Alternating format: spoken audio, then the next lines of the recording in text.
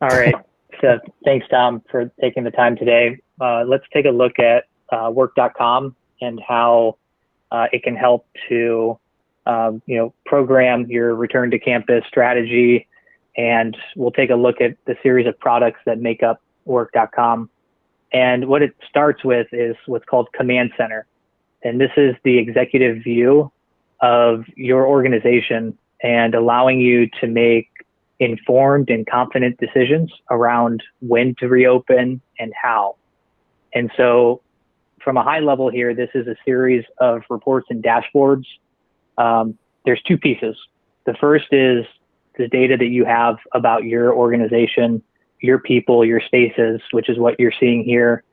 And then the second is public data. So how can we combine data that we have publicly about our region with the data we have about ourselves to make sure we're taking the right actions?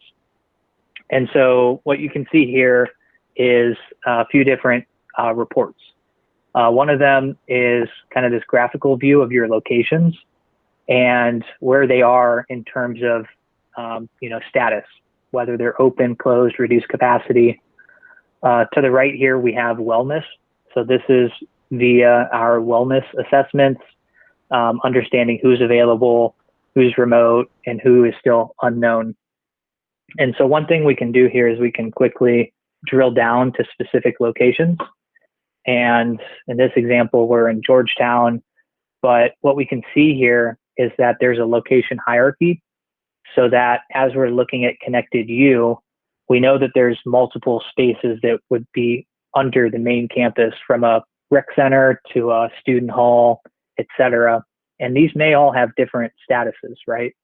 So just being able to view this in a single pane of glass will help you to make the right decision as to when and how you reopen. On the right here is an operations feed. So data itself is only good if you can take action. And so you can see there's a number of different things here that we can launch from within Salesforce. One of them being taking a bulk action to send surveys to everyone at a specific location. So from this location record, we can go ahead and send a bulk survey. And with work.com, we've actually delivered a series of pre-built surveys that are within CDC guidelines, so that you won't have to take on the configuration, the rules, et cetera. And so I can quickly here send this out to everyone at the location, and based on their responses, have their record updated as to whether they're available or not. So this is the data that you have about yourself.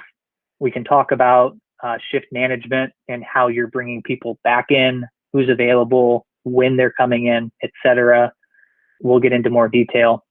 But again, with work.com, having Tableau as a way to visualize data is also important as you're making decisions to reopen. So this was an example that I used, again, for DC, that's pulling in a public Tableau dashboard that you can then begin to drill down into daily, weekly trends, case volume, positive case rates, et cetera. And so again, just giving you the right data to make sure you're understanding where you are in the broader scheme of things. So this one quick question: location. Where is Mhm. location being identified and as this key identifier clearly across all the contacts that we're dealing with, that are students or employees? Yeah, so with work.com, we've introduced a new data model. So these are a series of new standard objects that are delivered with work.com. One of them is the employee object, and the second is locations. And so being able to structure here a location hierarchy with different types and parent-child relationships between them, these then get associated to employees through that. Does that make sense? Yeah, so basically you have a location hierarchy that at the top could be a university campus, and then as you drill down to the buildings on the campus, the rooms on the campus, and things like that. Mm-hmm.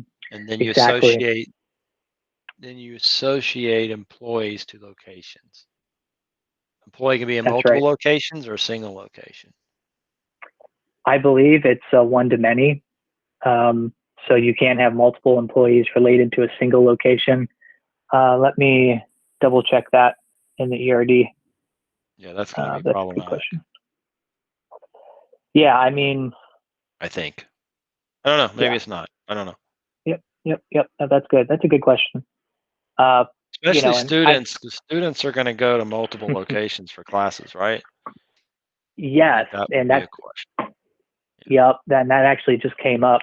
I'll show you how that could be surfaced, but yeah, if students aren't tied to a single location. They might have a dorm, but in terms of day-to-day activities, being able to pull in things like class schedule, especially when we get to contact tracing, that'll be critical. So I can show you what that would look like once we get there.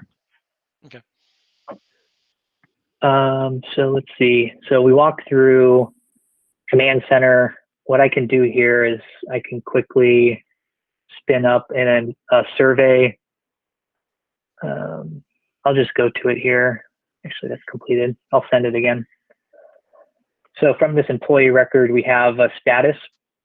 And in the last survey I did, I selected that he was feeling symptomatic. So the status was automatically set to unavailable.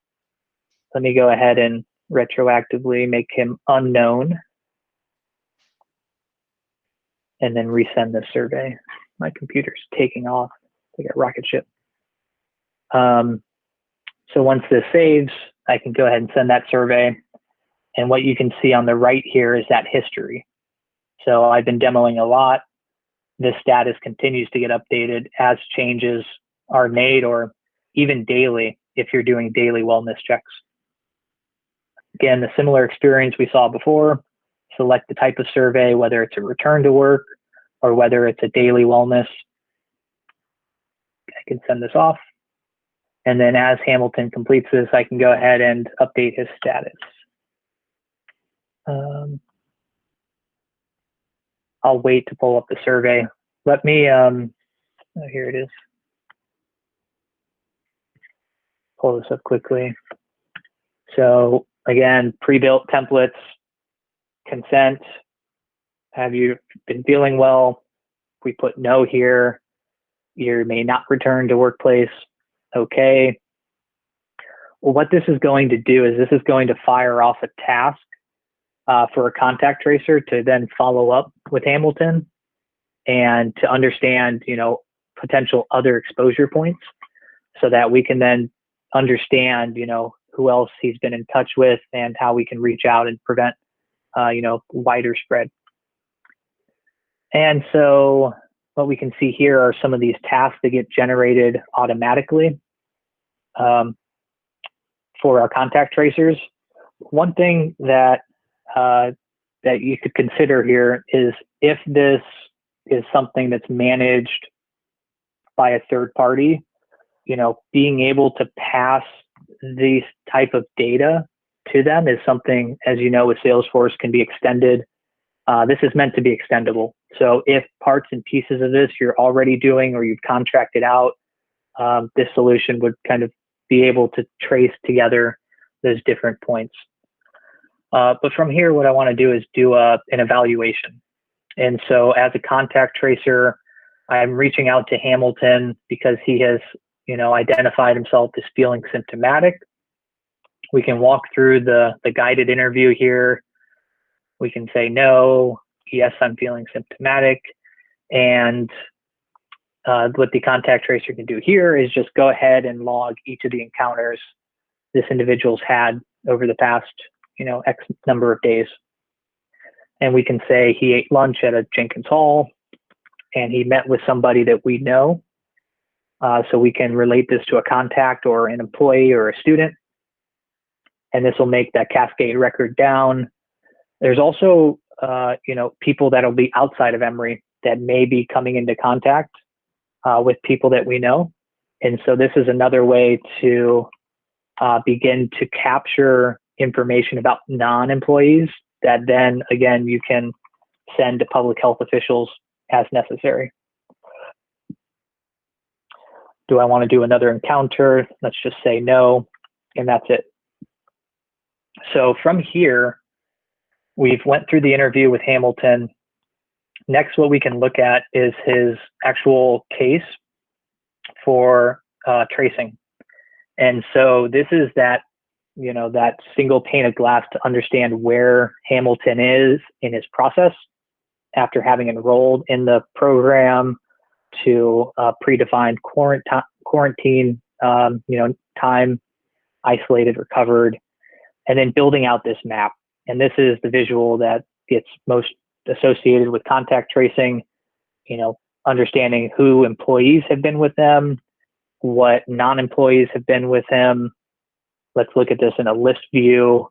And so we can begin to understand potential exposure, and then go through our stack as a contact tracer to do that evaluation with each of these individuals. I'll pause here, Tom, because I know I went through a lot. Is this side of reopening being considered? And if so, is it something that Emory is kind of taking on themselves?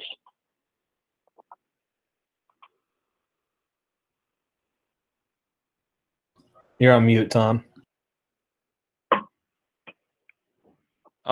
Contact tracing, yeah, it's kind of a weird. They're looking at it from a couple of angles, I think. And mainly, I don't know what I'm hearing this secondhand, of course. What I do know is, again, they proactively tried to build that little network there. So every employee that applies to come back to campus has to go into PeopleSoft and identify up to 10 people that they're typically around. So it starts there. Mm-hmm. And that's all they've implemented. So if anything should happen like what you had, I don't know how they use that data. I don't know what they do. I do know, no, actually I do know. My integration guy then takes that contact tracing data and he populates this system called Rave. That's a notification system. Oh, emergency. Yep. Yes. I'm familiar. And so I think the idea around that was, all right, then they can use Rave to notify all those people, hey, so-and-so who identified you as a contact they're typically around has tested positive. And that's the extent of it. They don't do anything. They don't do any then second levels or anything. I guess they let those things matriculate or mature on their own as an individual approach. So in other words, in your graph, if Jacob Armstrong also tests positive because and is notified, then they may do let's drill into Jacob's, and then he gets Rave notified when he becomes positive. So it's done that way. I don't know that I don't think they have any plan to reach out to Jacob and do this survey thing I don't think they have that at all. What we do have is on the survey side, if they say, yes, to any of the survey questions, and they have to go, if they're student, to Student Health Services, and if they're employee to OIM, and I forget what that stands for. And they're not allowed to come back to campus until they see those institutions do something, and I don't know what they do. And we're going to give them the ability to say, okay, now you can come back to campus, or you still can't, or until you do something, or whatever they do. They run that. I guess they're that organization that's kind of doing that survey that you did here. Gotcha. So it's kind of on the individual departments then for HR and for student health to then manage the quarantine and the associated process with how then to return. And that's kind of separate from what lives centrally in PeopleSoft. That's right. And maybe like how well equipped are those offices for managing that process? And is there a potential for, like we're talking about here, like a single solution that could not necessarily point to point integration, like handing data off, but having data live in the same place. Is there an argument that we can make there? I think so, but I don't know where they are and what they're assembling leadership to have those conversations. Okay. I'm not at that table. Gotcha. That's okay. We don't need to have all the answers. I know you guys are moving fast, and with that comes just inherent risk of, long-term success. And I think that's where trying to draw the line and maybe help articulate, where that point comes where, it might be fall, it might even be spring, where this stuff is going to persist. And having not just the strategy right, but the technology right on the front end will help reduce churn, redundant work, waste, essentially.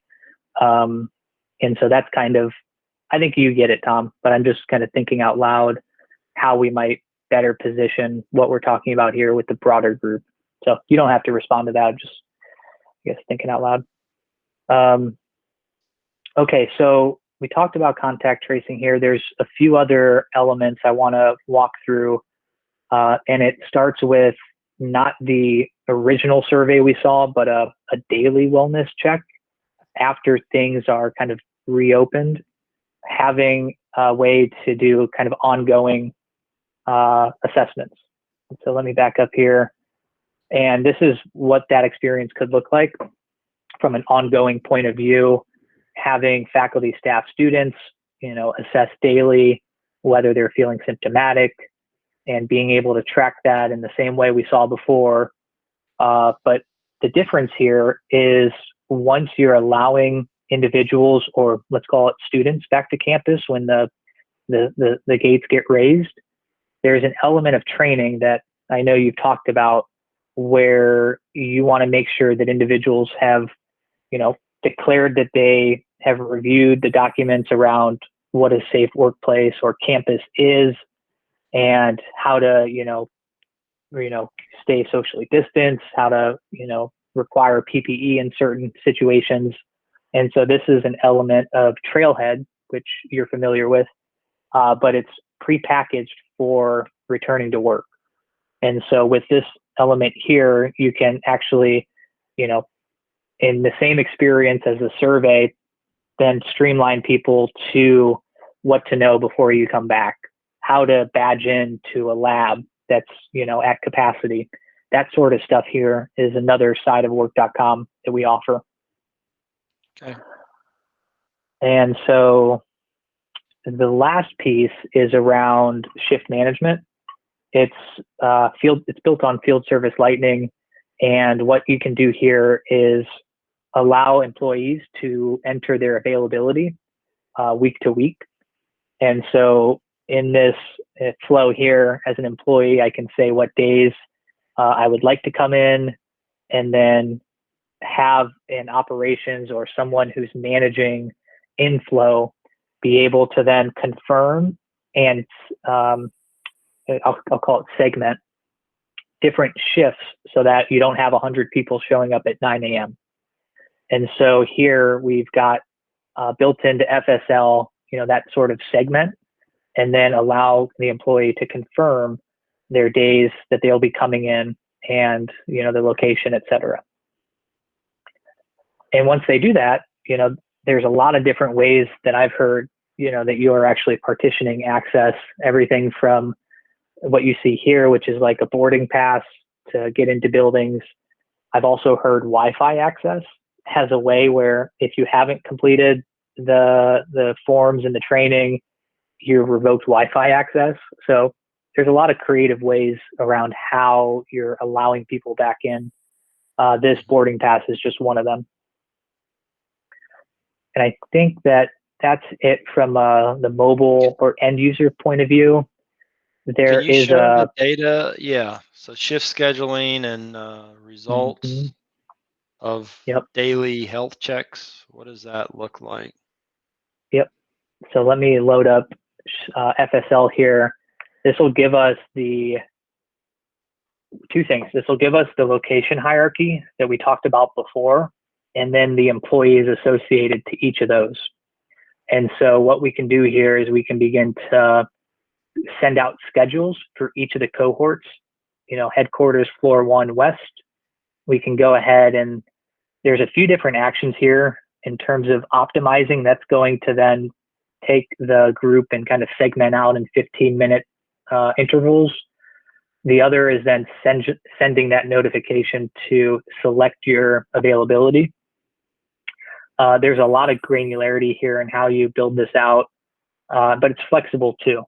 So, to what extent this works out of the box, I think, we talked about, having the right data structure in place.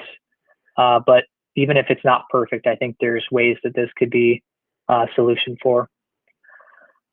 So there's a few different things here. I won't go into too much detail, but this is essentially the view for the back end for pushing out the schedules.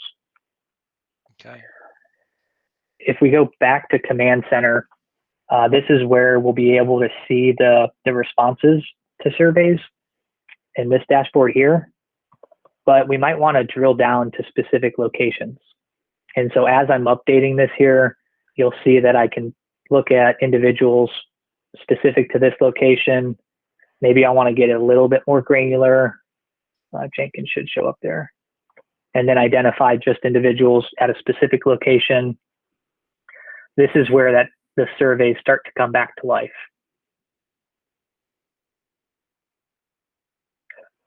I know I'm moving fast, but I did want to get through the things as they apply to higher ed and what we've been discussing with other customers. And this is kind of how it comes to life. So this is pretty much end to end. There's a few other things that we could touch on, but for the most part, this is it. Okay. Any initial thoughts or feedback? Yeah, I mean, it's pretty awesome. That wellness status, is that the results of the surveys that they're taking daily? Not the survey, that. So if I go to any employee, Hamilton, I can see his every test result that each day.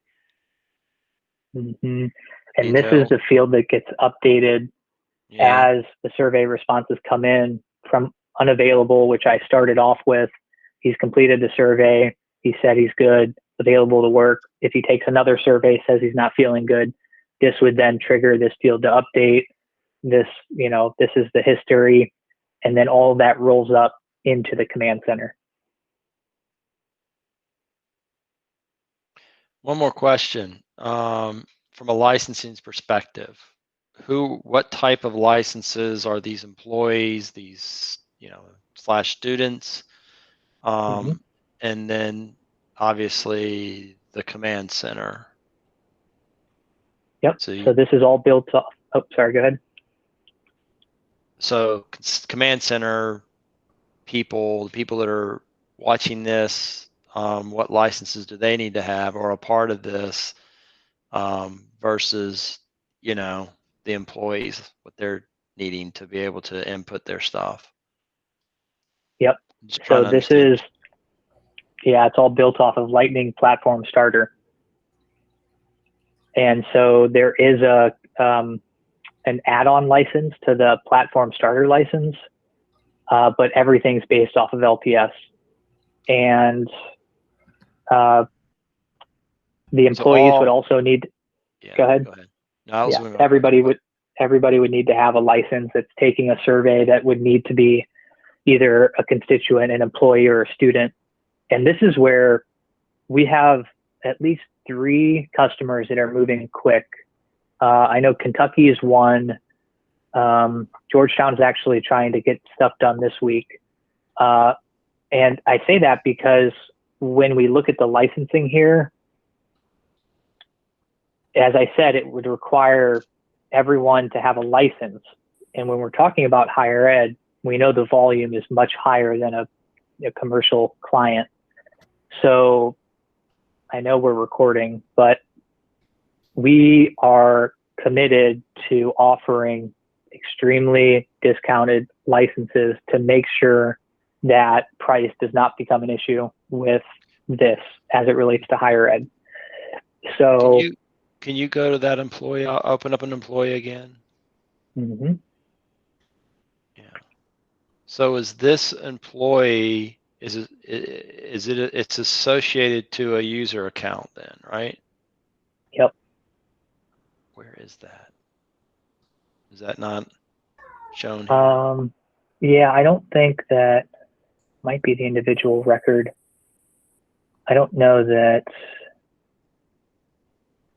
that's shown here, but They have to essentially be a user. when you look at what I showed you here, as a Lightning Platform Starter user, you would have access to things like the mobile app, which would then surface this sort of availability notifications. And it's a restricted use, so it's not like a standard Lightning Platform Starter license. We've restricted it in a way that makes it for very specific uses, like taking surveys, filling out shift availability, etc. Okay. None of them are community level license users. Nope. And Tom, I want to reemphasize that the Salesforce.org side is the social impact entity of Salesforce. So while we are offering this to commercial, we are highly incentivized to make sure that our 501c3 friends are getting this at a price they're comfortable with. So whatever you see online or talk to anyone, don't look at that. We will be very flexible and work with you to make sure this is something that's digestible. And that could be things that we haven't even thought of. We can brainstorm on that. So don't let that pause you from moving forward because of anything else you might have seen on that work.com website. Completely inaccurate when it comes to the .org side. Okay. No, I'm not paused. I'm just trying to understand what the playing ground field is. Yeah. I mean, the capabilities are really strong, and I think it's going into areas like you said. Post now, people are on campus, and we're starting to have issues. And how is that managed? A thing that we're managing from the return to campus process about the survey, and then have them having to go to see OIM, right? And then they're trying to figure out, all right, then how do they determine that when the person's able, if at all, able to come back? So we're there right now, and this is way beyond that.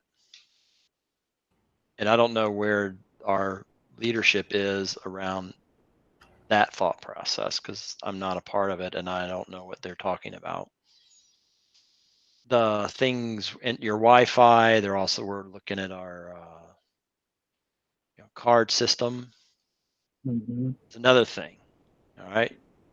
Can we turn that off if they're not? So I don't know. And, locating where people are. I don't know what all the ideas are around now people are back to campus. How are we managing that? Yeah. The one thing that I do want to show you here that I missed out on is that when I walked through the contact tracing task and I did this new employee evaluation, this is delivered out of the box, this flow. Yeah. And one of the things that you can do is, like when you're getting employee or student records here, you can insert an additional screen that then pulls in the student's class schedule, right? And starts to automate some of the inherent relationships that the student may have with the classes that they attended. And so you're not having people manually going through, well, who did you sit next to in class or that sort of stuff. So since this is all built with flows, you have a lot of flexibility in how this is deployed. And it comes, I would say, 80% delivered out of the box. The other 20%, the things that you had mentioned, would be things that, just like any other project, you could build into it. Okay. What I had else? a question. I'm just curious, you might have answered it. On that command center, so if I'm an executive, say I'm the president or I work in that executive level where I'm overseeing all of the university, I could get a purview of everyone, every department, every school, student, staff. But say I'm a dean within the business school, you could then narrow it down to see what's important and relevant to the individuals that they're having to schedule for, or students that are coming in the building, etc. Yeah, it's all built on the same platform security models. So roles and, data security. A dean would only have access to the data that he has defined through his role or through his permissions. And so, it would be able to segment or filter data based on who the person is looking at this. And I think I mentioned it before, but all of this comes templated. And Tom, I know we're working to get the data right, but once we have the data right, it should just work. I don't want to oversimplify that, but this stuff is built out so that once the data, the employees, the locations are built in, and you're starting to send surveys, it should just work, or it should just flow logically.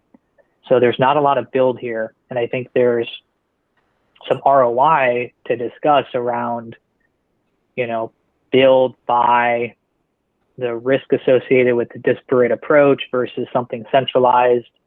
And I think that's where maybe we should edit the recording, but that's where we should, that's where we want to be able to help have that conversation. I know you're not at that, Tom, but that's kind of it. No, that's good. I mean, this was a good demo. I can have this conversation with the people that I have conversations with and see. Yeah, that's good. Dan, do you want to kind of close the recording here?